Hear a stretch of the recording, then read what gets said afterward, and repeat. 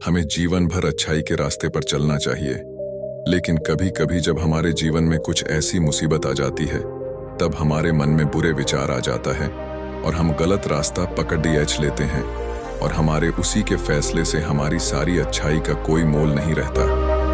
नमस्कार दोस्तों, मेरे इस चैनल को सब्सक्राइब करना ना भूलना। शुरू करते हैं ऐसी ही एक ईमानदारी युवक की लालच की प्रेरणादायक कहानी। एक राज्य में राजा राज्य करता था। राजा बहुत ही अच्छा था। राजा और रानी को शादी होकर 40 साल बीत चुके थे। धीरे धीरे राजा और रानी बूढ़े होते जा रहे थे। एक दिन राजा और रानी बैठकर सोचते हैं कि अगर किसी दिन इस दुनिया में मैं न रहूं तो इस राज्य को कौन संभालेगा। वैसे भी हमारी कोई संतान भी नहीं। राजा की बात सुनकर रानी को बहुत अफसोस होता है कि उनका कोई पुत्र नहीं है। राजा रानी से बोलता है कि हम एक ऐसे आदमी को ढूंढेंगे जो हमें और हमारे राज्य को संभाल सके। रानी बोलती है, लेकिन हमें एक नेक और ईमानदार युवा की जरूरत पड़ेगी। आजकल के युवा बहुत लालची और घमंडी रहते हैं। आखिर कहां से ढूंढ पाएंगे हम ऐसा युवा? राजा बोलता है, मैं एक काम करता हूं। मैं एक बाबा बनकर किसी गांव में घूमने जाता हूं और ऐसे युवा को ढूंढ कर लाता हूं जो नेक और ईमानदार हो, उसके मन में कोई भी लालच ना हो और ईमानदार हो। राजा दूसरे दिन अपना वेश बदलकर किसी गांव में अपने हाथ में 3 पोटली लेकर चलने लगा। वही गांव में एक रामू नाम का युवक था जो कि बहुत ज्यादा ईमानदार था। वह एक दुकान में काम करता था। वह पर एक सेठ थे जो चाहते थे कि कुछ हेरफेर करे ताकि उनका ज्यादा मुनाफा हो, लेकिन रामू ने अपने सेठ की बात नहीं मानी और ईमानदारी से दुकान में काम करता रहता है। किसी को एक पैसे का भी नहीं झूठ बोलता था। इसी बात से गुस्सा होकर सेठ ने उसे नौकरी से निकाल दिया। रामू को काम पर से निकालने की वजह से यूं ही सड़कों पर चल रहा था और सोच रहा था अब वह आगे क्या करेगा। बिना नौकरी के उसका जीवन कैसे बीतेगा। तभी वही राजा बुजुर्ग बाबा बनकर 3 थैले लेकर चल रहे थे। तभी उनकी नजर रामू पर पड़ी। उसे देखकर वह बोले, बेटा मुझे ये थैली दूर लेके जाना है, क्या तुम मेरी मदद कर सकते हो? क्या तुम एक थैला पकड़कर मेरे साथ चल सकते हो? इसके बदले मैं तुम्हें इसी काम के लिए दिन तांबे के सिक्के दूंगा। यह बात सुनकर रामू मन ही मन ईश्वर को धन्यवाद देने लगा और सोचने लगा कि आज मेरे सेठ ने मुझे काम से बाहर निकाला था और अभी मुझे यह काम मिल गया। रामू ने तुरंत ही कहा, क्यों नहीं बाबा जी, आप मुझे एक थैला दे दीजिए। बाबा ने सबसे बड़ा थैला उस युवक को दे दिया और दोनों साथ साथ चलने लगे। चलते चलते बाबा उस युवक पर बराबर नजर बनाए हुए थे कि वह उनका थैला लेकर भाग न जाए। रामू ने महसूस कर लिया था कि बाबा मुझ पर शक कर रहे हैं, इसलिए उसे रहा नहीं गया और उसने बोला, बाबा आप निश्चित हो जाइए, मैं आपके थैले को लेकर कहीं नहीं भागने वाला, क्योंकि अभी अभी ईमानदारी के चक्कर में मेरे सेठ ने मुझे नौकरी से निकाला है। तो आप मुझ पर शक करना बंद करें और आराम से मेरे साथ चलते रहे।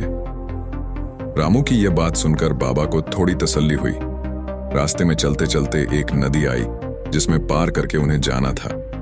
तभी बाबा ने कहा, सुनो बेटा, तुम दूसरा थैला भी ले लो। मुझे नहीं लगता कि मैं इसे ले जा सकता हूं। कहीं यह मुझसे नदी में गिर गया तो तुम इसे भी उठा लो। मैं तुम्हें इसके बदले 3 तांबे की सिक्के और दे दूंगा। रामू ने बाबा की बात मान ली और उसने एक थैली और उठा लिया। वह दोनों नदी पार करते गए। नदी को पार करने के बाद अब दोनों आगे के रास्ते के लिए निकल गए।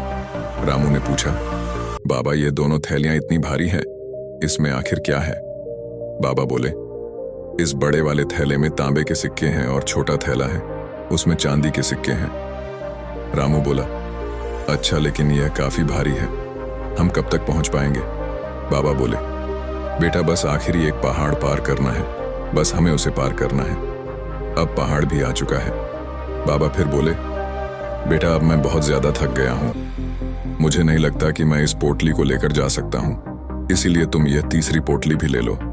इसके बदले में तुम्हें 3 तांबे के सिक्के दे दूंगा। रामू अपनी बाबा की बात मान ली और तीनों पोटली को लेकर पहाड़ चढ़ने लगा और बाबा भी आहिस्ता आहिस्ता उसके पीछे चलने लगे।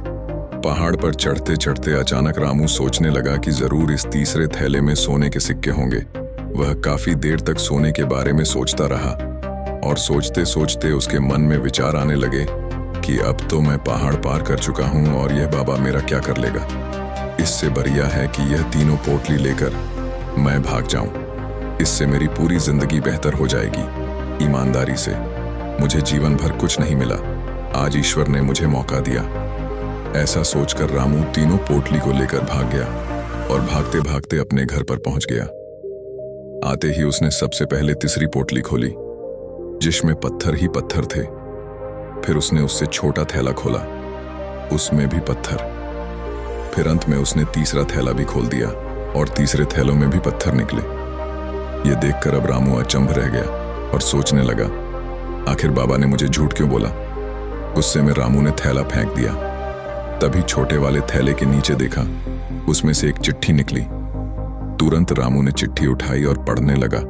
उस चिट्ठी में ऐसा लिखा था, मैं कोई बाबा नहीं हूं, मैं एक राजा हूं और मेरी कोई संतान नहीं है, इसलिए मैं अपने लिए एक ऐसा उत्तराधिकारी ढूंढ रहा था जो कि मेरे बाद राज्यों को संभाल सके।